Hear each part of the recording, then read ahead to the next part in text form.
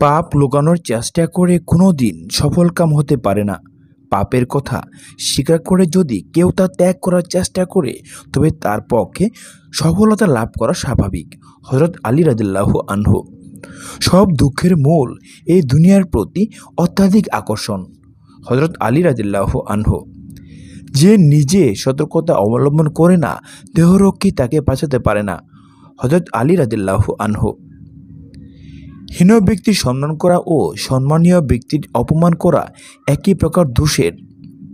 হযরত আলী রাদিয়াল্লাহু আনহু।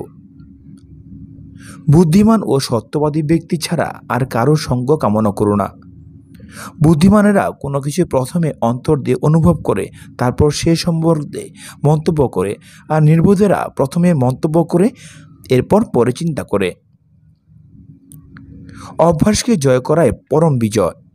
মানুষের সাথে তাদের বুদ্ধি পরিমাণ কথা বলো। ধন সম্পদ হচ্ছে কলহের কারণ, দুর্যোগের মাধ্যমে কষ্টের উপলক্ষে এবং বিপদ আপদের বাহন। ফরজ সালাত শেষে আয়াতুল কুরসি পাঠ করুন, এতে মৃত্যুর সাথে সাথে জান্নাতে যেতে পারবেন ইনশাআল্লাহ।